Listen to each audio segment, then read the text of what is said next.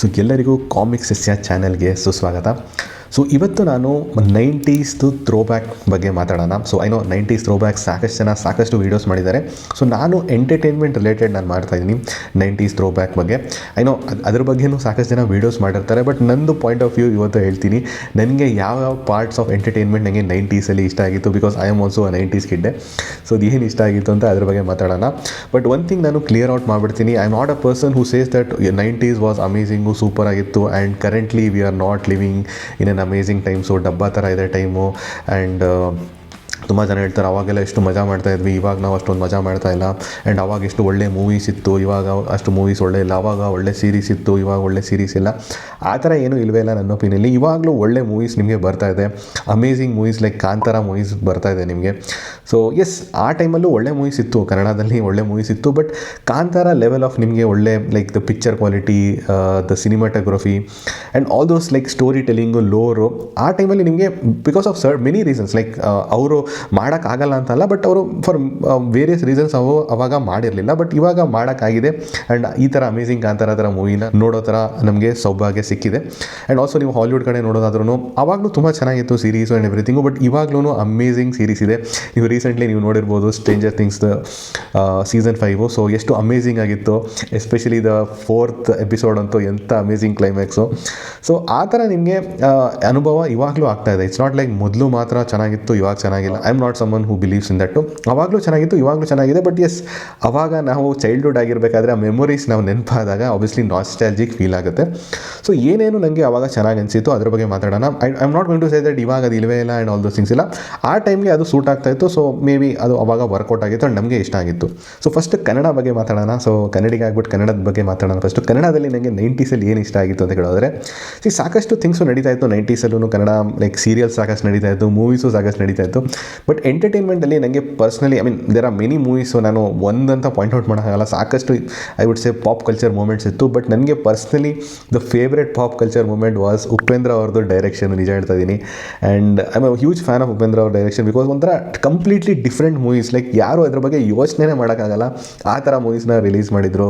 Ohm ಆಗಿರಲಿ, ಆಗಿರಲಿ, ನಿಮಗೆ ಎ ಆಗಿರಲಿ, ಆರ್ ಉಪೇಂದ್ರ ಆಗಿರಲಿ.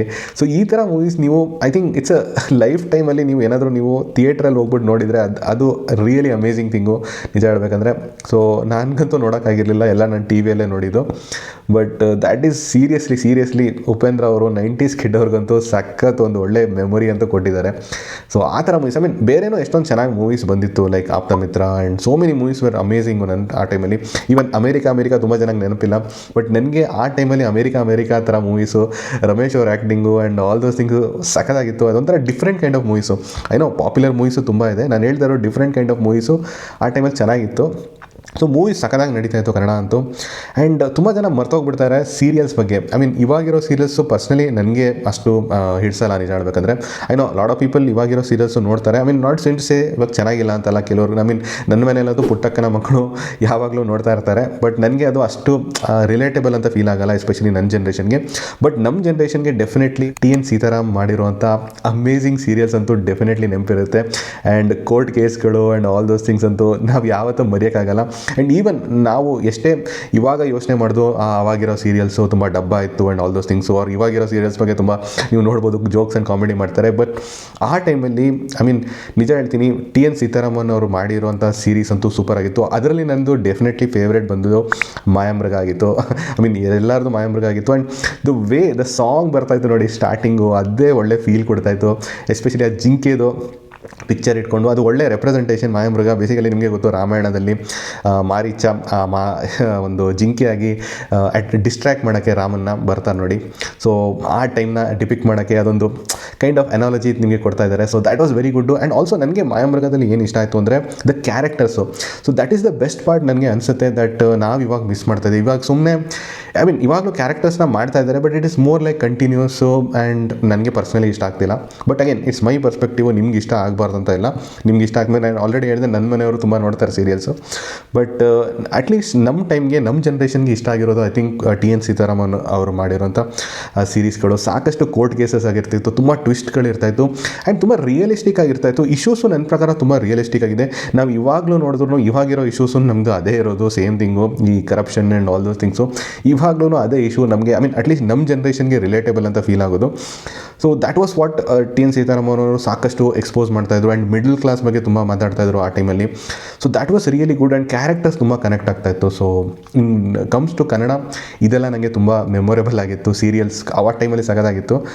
ಆ್ಯಂಡ್ ನಾವು ಕಮಿಂಗ್ ಟು ಹಿಂದಿಯಲ್ಲಿ ಯಾವ್ದು ನಂಗೆ ಇಷ್ಟ ಆಗ್ತಾಯಿತ್ತು ಅಂದರೆ, ನಾವು ಚೈಲ್ಡ್ಹುಡ್ ಇರಬೇಕಾದ್ರೆ ನಾವು ಹಿಂದಿ ಅಂತ ನೋಡಬೇಕಾಗಿದ್ದು ಈಸ್ ಸಮಥಿಂಗ್, ಹಿಂದಿ ಸೀರಿಯಲ್ಸ್ ಅಂತ ನಾನು ಅಷ್ಟೊಂದು ನೋಡ್ತಾ ಇರಲಿಲ್ಲ. ಕೆಲವು ಕ್ಯೂಕಿ ಸಾಸ್ ಬಿ ಕಬಿ ಬಹುತಿ ಆ್ಯಂಡ್ ಆ ಥರ ಸೀರಿಯಲ್ಸ್ ಬರ್ತಾಯಿತ್ತು. ಬಟ್ ನನಗೆ ಬೇಸಿಕಲಿ ಆಬ್ವಿಯಸ್ಲಿ ನಮ್ಮ ಚೈಲ್ಡ್ಹುಡಲ್ಲಿ ನಾವು ಮೇಯ್ನಾಗಿ ನೋಡ್ತಾ ಇದ್ದಿದ್ದು ವಾಸ್ ಚೈಲ್ಡ್ಹುಡ್ಗೋಸ್ಕರ ಮಾಡಿರುವಂಥ ಸೀರಿಯಲ್ಸು. ಸೊ ಒಂದು ಆಬ್ವಿಯಸ್ಲಿ ಶಕ್ತಿಮಾನ್ ನಿಜ ಹೇಳಬೇಕಂದ್ರೆ ಎಲ್ಲರೂ ನೋಡಿರ್ತಾರೆ. ಆ್ಯಂಡ್ ಬಿಕಾಸ್ ಒಂದು ಇಂಡಿಯನ್ ಸೂಪರ್ ಹೀರೋ ಅಂತ ಮಾಡಿದ್ರು ಸೊ ಆ ಟೈಮಲ್ಲಿ. So that was something amazing. ಇವಾಗ ನೋಡಿದ್ರೆ ಇಟ್ ಈಸ್ ಓಕೆ ಅಂತ ಅನಿಸುತ್ತೆ ನನಗೆ ಪರ್ಸ್ನಲಿ. ಆ ಟೈಮಲ್ಲಿ ನಮಗೆ ತುಂಬ ಇಷ್ಟ ಆಗಿತ್ತು. ಬಟ್ ಆ ಟೈಮಲ್ಲಿ ನಿಜ ಹೇಳಬೇಕಂದ್ರೆ ನಂದು ಫೇವ್ರೇಟು ಇಸ್ ಸಮಥಿಂಗ್ ನೀವು ನೋಡಿರಲ್ವೋ ಗೊತ್ತಿಲ್ಲ. ಬಟ್ ನಂದು ಫೇವ್ರೇಟ್ ಅವಾಗ ಕ್ಯಾಪ್ಟನ್ ವ್ಯೋಮ್ ಅಂತ ಮಿಲಿಂದ್ ಸೋಮನ್ ಅವ್ರು ಮಾಡಿದ್ದು. ಬಿಕಾಸ್ ಅದೊಂಥರ ಸಕ್ಕ ಡಿಫ್ರೆಂಟ್ ಆಗಿತ್ತು. ಸ್ಪೇಸ್ ಒಂಥರ ಒಡೆಸಿ ಥರ ನಿಮಗೆ ಸ್ಪೇಸಲ್ಲೆಲ್ಲ ಟ್ರಾವೆಲ್ ಮಾಡ್ತಾಯಿದ್ರು ಅವರು ಡಿಫ್ರೆಂಟ್ ಪ್ಲೇಸಸಲ್ಲಿ ಆ್ಯಂಡ್ ಮಾರ್ಸಲ್ಲಿರೋ ಏಲಿಯನ್ಸ್ ಜೊತೆ ಫೈಟ್ ಮಾಡೋದೆಲ್ಲ ಎವ್ರಿಥಿಂಗು. ಆ್ಯಂಡ್ ನನಗೆ ಅದರದ್ದು ಕಾನ್ಸೆಪ್ಟ್ ತುಂಬ ಇಷ್ಟ ಆಗಿತ್ತು. ಇವಾಗ ನೋಡಿದ್ರೆ ಅದು ಇನ್ನೂ ಪೆದಂಗೆ ಕಾಣುತ್ತೆ ನಿಜ ಹೇಳಬೇಕಂದ್ರೆ. ಬಟ್ ಸ್ಟಿಲ್ ನನಗೆ ಆ ಕಾನ್ಸೆಪ್ಟ್ ಆಫ್ ದಟ್ ಆ ಸೀರೀಸ್ ನನಗೆ ತುಂಬ ಇಷ್ಟ ಆಗಿತ್ತು ಕ್ಯಾಪ್ಟನ್ ವ್ಯೋಮ್ದು. ಆ್ಯಂಡ್ ಮಿಲಿಂದ್ ಸೋಮನ್ ಅವರು ಸಖತ್ತಾಗಿ ಕಾಣ್ತಾಯಿದ್ರು. ನಂಗೆ ನಿಜ ಹೇಳ್ತೀನಿ ಅವರು ಸಖತ್ ಇಷ್ಟ, ಬಿಕಾಸ್ ಅವರು ಫಿಟ್ನೆಸ್ ಬಗ್ಗೆ ಸಖತ್ ಫೋಕಸ್ ಆಗಿದ್ದಾರೆ ಇವಾಗಲೂ. ಸೊ ದ್ಯಾಟ್ ಈಸ್ ಸಮಥಿಂಗ್ ನನಗೆ ಸಖತ್ ಇಷ್ಟ ಆಗಿತ್ತು ಆ ಟೈಮಲ್ಲಿ. ಎಷ್ಟೊಂದಿತ್ತು ಆ ಥರ, ಲೈಕ್ ಶಕಲಕ ಬೂಮ್ ಬೂಮು, ಪೆನ್ಸಿಲಿಂದ ನೀವು ಡ್ರಾ ಮಾಡೋದು, ಆ ಟೈಮೆಲ್ಲ ನೆನಪಿರುತ್ತೆ ನಮಗೆ. ಸೊ ಆ ಥರ ಎಷ್ಟೊಂದು ಸೀರೀಸ್ಗಳಿತ್ತು. ಸೊ ಅದು ನನಗೆ ನೆನಪಿದೆ. ಆ್ಯಂಡ್ ಆ ಟೈಮಲ್ಲಿ ನಮಗೆ ಕೆಲವು ರಿಯಾಲಿಟಿ ಶೋಸ್ಗಳು ತುಂಬ ಇಷ್ಟ ಆಗ್ತಿದ್ದು, ಲೈಕ್ ಇಂಡಿಯನ್ ಐಡಲು. ಸೊ ಇಂಡಿಯನ್ ಐಡಲು ನಾವು ತುಂಬ ನೋಡ್ತಾಯಿದ್ವಿ, ಪ್ಯಾಷನೇಟಾಗಿ ನೋಡ್ತಾಯಿದ್ವಿ ಯಾರು ಆಗ್ತಾರೆ ಅಂತ. ಇವಾಗ ನಮಗೆ ಎಲ್ಲ ಫೇಕ್ ಅಂತ ಅನಿಸುತ್ತೆ ಒಂದು ಸ್ವಲ್ಪ. ಬಟ್ ಇವಾಗಲೂ ಸಾಕಷ್ಟು ರಿಯಾಲಿಟಿ ಶೋಸ್, ಕನ್ನಡದಲ್ಲೂ ಸಾಕಷ್ಟು ರಿಯಾಲಿಟಿ ಶೋಸ್ ಇದೆ, ಸಾಕಷ್ಟು ಜನ ನೋಡ್ತಾರೆ, like Bigg Boss and so many other reality show. But ಆ ಟೈಮಲ್ಲಿ ಲೈಕ್ ಅದೇ ಇಂಡಿಯನ್ ಐಡಲ್ ತುಂಬ ಫೇಮಸ್ ಆಗಿತ್ತು. ಆ್ಯಂಡ್ ಯಾರು ಮರೆಯೋಕ್ಕಾಗತ್ತೆ ರೋಡೀಸ್ನ. ಎಸ್, ರೋಡೀಸ್ ಅಂತೂ ಎಲ್ಲರೂ ನೋಡ್ತಾಯಿದ್ರು. ಆ್ಯಂಡ್ ಎಸ್ಪೆಷಲಿ ಯೂತಲ್ಲಿ ಅದು ಸಖತ್ತು ಓಡ್ತಾಯಿತ್ತು. ಬಿಕಾಸ್ ಈವನ್ ನಾವು ಕಾಲೇಜ್ ಈವೆಂಟ್ಸಲ್ಲೂ ರೋಡೀಸ್ ಥರ ಈವೆಂಟ್ಸ್ನೆಲ್ಲ ಕಂಡಕ್ಟ್ ಮಾಡ್ತಾಯಿದ್ವಿ. ಸೊ ನಿಮ್ಗೆ ನೆನಪಿದ್ರೆ, ಸೊ ರೋಡೀಸ್ ಅಂತೂ ಸಖತ್ ಪಾಪ್ಯುಲರ್ ಆಗಿತ್ತು ಆ ಟೈಮಲ್ಲಿ. So that was one thing. ಅದು ಬಿಟ್ಟರೆ I would say the Cartoon Network. Cartoon Network ಅಂತೂ ನಾನು ತುಂಬ ಎಂಜಾಯ್ ಮಾಡ್ತಾಯಿದ್ದೆ. ಬೆಳಿಗ್ಗೆಯಿಂದ ಸಂಜೆ ತನಕ ಆರಾಮಾಗಿ ನೋಡ್ಬೋದಿತ್ತು. That was really enjoyable. 8:30ಗೆ ಮುಗಿತಾ ಇತ್ತು. ಐ ಥಿಂಕ್ ಬೆಳಿಗ್ಗೆ ಎಲ್ಲ ನಿಮಗೆ ಸ್ಕೂಬಿಡು ಎಲ್ಲ ಬರ್ತಾಯಿತ್ತು. ಆ್ಯಂಡ್ ಈವ್ನಿಂಗ್ ಟೈಮಲ್ಲಿ ನಿಮಗೆ MIB and so Ghostbusters ಈ ಥರ ಎಲ್ಲ ಬರ್ತಾಯಿತ್ತು. ಮಧ್ಯದಲ್ಲಿ ನಿಮಗೆ I think the Dexter's Laboratory, Powerpuff Girls, and ಯಾರಿಗೆ ಮರೆಯೋಕ್ಕಾಗುತ್ತೆ ಸ್ವ್ಯಾಟ್ ಕ್ಯಾಟ್ಸು. ನಾವು ಸ್ಕೂಲ್ ಬಿಡ್ತಾನೆ 4 ಗಂಟೆಗೆ ಸ್ವ್ಯಾಟ್ ಕ್ಯಾಟ್ಸ್ ನೋಡ್ತಾ ಇದ್ವಿ. So that was a great experience ನಿಜ ಹೇಳ್ಬೇಕಂದ್ರೆ ಕಾರ್ಟೂನ್ ನೆಟ್ವರ್ಕು. ಆ್ಯಂಡ್ WWE ಅದಂತೂ ಬಿಗ್ಗೆಸ್ಟ್ ಪಾಪ್ ಕಲ್ಚರ್ ಮೂಮೆಂಟ್ ನಮ್ಮ ಇಂಡಿಯನ್ಸ್ಗೆ. ಆ್ಯಂಡ್ ನಾವಂತೂ ನಿಜ ಹೇಳ್ತೀನಿ, ನಾನಂತೂ ಇಂಟರ್ನೆಟ್ ಕೆಫೆಗೆಲ್ಲ ಹೋಗ್ಬಿಟ್ಟು ಅದ್ರದ್ದು ರಿಸಲ್ಟ್ ಎಲ್ಲ ಏನಾಯಿತು ಅಂತ ಚೆಕ್ ಮಾಡ್ತಾಯಿದ್ದೆ, ಯಾರು ಬೀಟ್ ಮಾಡೋದು ಯಾರನ್ನ ಅಂತ. ಆ ಟೈಮಲ್ಲಿ ಒಂದು ಟೈಮ್ ಆದಮೇಲೆ ಗೊತ್ತಾಗಿತ್ತು ಫೇಕ್ ಅಂತಲೇ, ಬಟ್ ಸ್ಟಿಲ್ ಎಂಟರ್ಟೈನಿಂಗ್ ಆಗಿತ್ತು ಯಾರು ಗೆಲ್ತಾರೆ ಯಾರು ಸೋಲ್ತಾರೆ ಅಂತ. ಸೊ ನೀವು ಸಾಕಷ್ಟು ನೋಡಿರ್ತೀರ, like Royal Rumble, ladder matches. So ಇದೆಲ್ಲ ಸಖತ್ ಮಜಾ ಸಿಗ್ತಾಯಿತ್ತು ನಮಗೆ.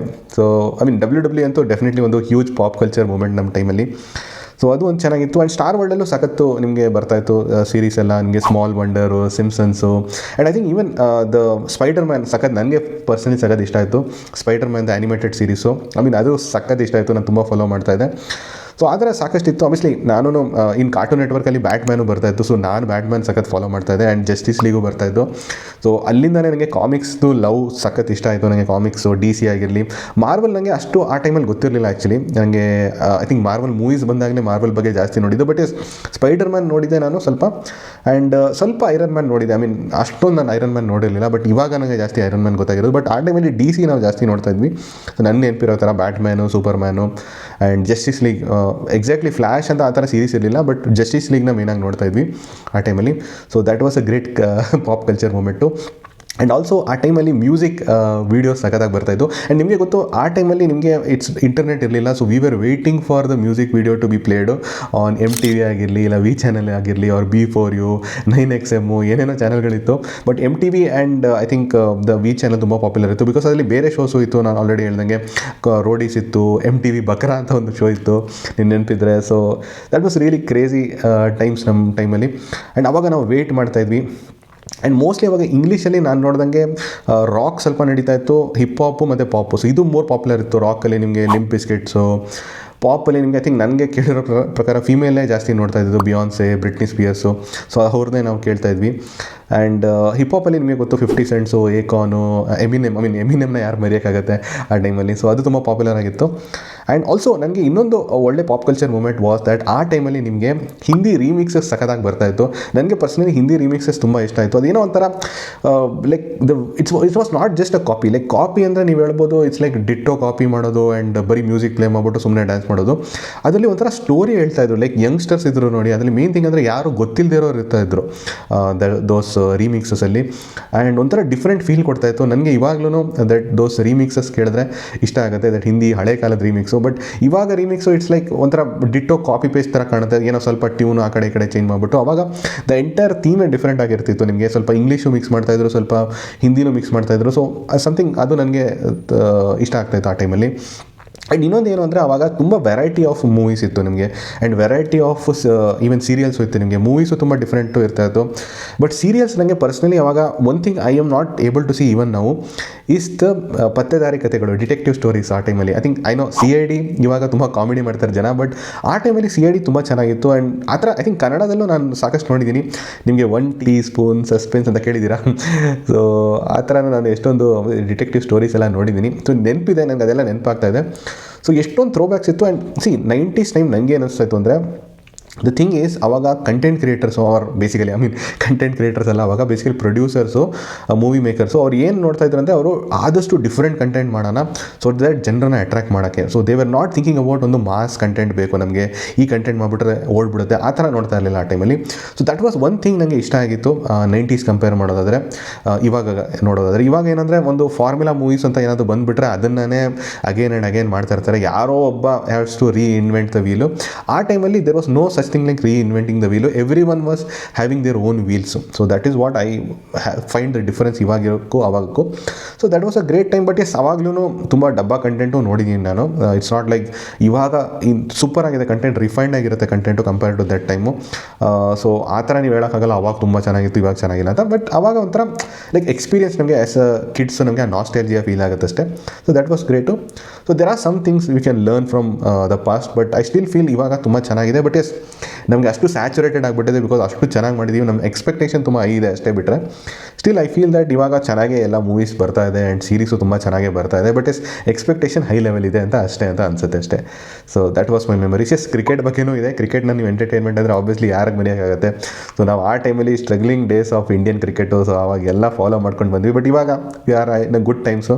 Indian cricket is and top level. But yes so ಆ ಥರನೂ ಎಂಟರ್ಟೈನ್ಮೆಂಟ್ ನಾವು ನೋಡಿದ್ದೀವಿ. ಬಟ್ ಅವಾಗ ತುಂಬ ನಾವು ಸ್ಟ್ರಾಂಗ್ಲಿ ಫಾಲೋ ಮಾಡ್ತಾಯಿದ್ವಿ ನಮ್ಮ ಟೀಮ್ನ. ಲೈಕ್ ದ್ರಾವಿಡ್, ಲಕ್ಷ್ಮಣ್, ನಮ್ಮ ಕಡೆ ಆಬ್ವಿಯಸ್ಲಿ ಅನಿಲ್ ಕುಂಬ್ಳೆ ಅವರು, ಜಾವಗಲ್ ಶ್ರೀನಾಥ್ ಅವ್ರು ಆಡಬೇಕಾದ್ರೆ ನಾವು ಸಪೋರ್ಟು ತುಂಬ ಸ್ಟ್ರಾಂಗ್ ಆಗಿರ್ತಾಯಿತ್ತು. ಇವಾಗ ಎಲ್ಲ ಚಿಕ್ಕ ವೀಕ್ಲು ಎಲ್ಲ ಆಡ್ತಾ ಇದ್ದಾರೆ ಅಂತ ಆ ಥರ support. But still the thing is obviously it's great that ಇವಾಗ ನಾವು ಇಂಡಿಯನ್ ಕ್ರಿಕೆಟ್ ಆ ಲೆವೆಲ್ ಗ್ರೋ ಆಗಿದೆ. ಬಟ್ ದ ಥಿಂಗ್ ಇಸ್ ಆವಾಗಲೂ ಒಂಥರ ಚೆನ್ನಾಗಿರ್ತಾಯಿತ್ತು, ಪೇಯ್ನ್ ಆಗ್ತಾಯಿತ್ತು ಸೋಲ್ತಾ ಇರಬೇಕಾದ್ರೆ. But still that was great. So anyway these are my throwback. ತುಂಬ ಲಾಂಗ್ ಆಯಿತು ವೀಡಿಯೋ. ಸೊ ಹೇಳೋಕ್ಕೆ ಸ್ಟಾರ್ಟ್ ಮಾಡಿಬಿಟ್ರೆ ಇನ್ನೂ ತುಂಬ ಇರುತ್ತೆ. ಸೊ ಇನ್ನೊಂದು ಯಾವುದಾದ್ರು ಪಾರ್ಟಲ್ಲಿ ನಾನು ಇನ್ನೂ ಯಾವುದಾದ್ರೂ ನೆನಪಾದರೆ ಹೇಳ್ತೀನಿ. ಸೊ ಇಷ್ಟು ನಾನು ನಿಮಗೆ 90s ಥ್ರೋ ಬ್ಯಾಕ್ ಕೊಡಬೇಕಂತ ಇದ್ದೆ. ಸೊ ಹೋಪ್ಫುಲಿ ನಿಮಗೆ ವೀಡಿಯೋ ಇಷ್ಟ ಆಗಿರುತ್ತೆ. ಇಷ್ಟ ಆದರೆ ಡೆಫಿನೆಟ್ಲಿ ಲೈಕ್ ಮಾಡಿ, ಶೇರ್ ಮಾಡಿ, ಹಾಗೂ ನಿಮ್ದೇನಾದರೂ ಅಭಿಪ್ರಾಯ ಇದ್ದರೆ, ನಿಮ್ದು ಯಾವುದಾದ್ರೂ 90s ಮೆಮೊರೀಸ್ ಇದ್ದರೆ ಕಾಮೆಂಟ್ ಮಾಡಿ. ಹಾಗೂ ನನ್ನ ಚಾನಲ್ ಕಾಮಿಕ್ಸ್ ಇಸಿಯಾನ ಸಬ್ಸ್ಕ್ರೈಬ್ ಮಾಡಿ. Thank you very much.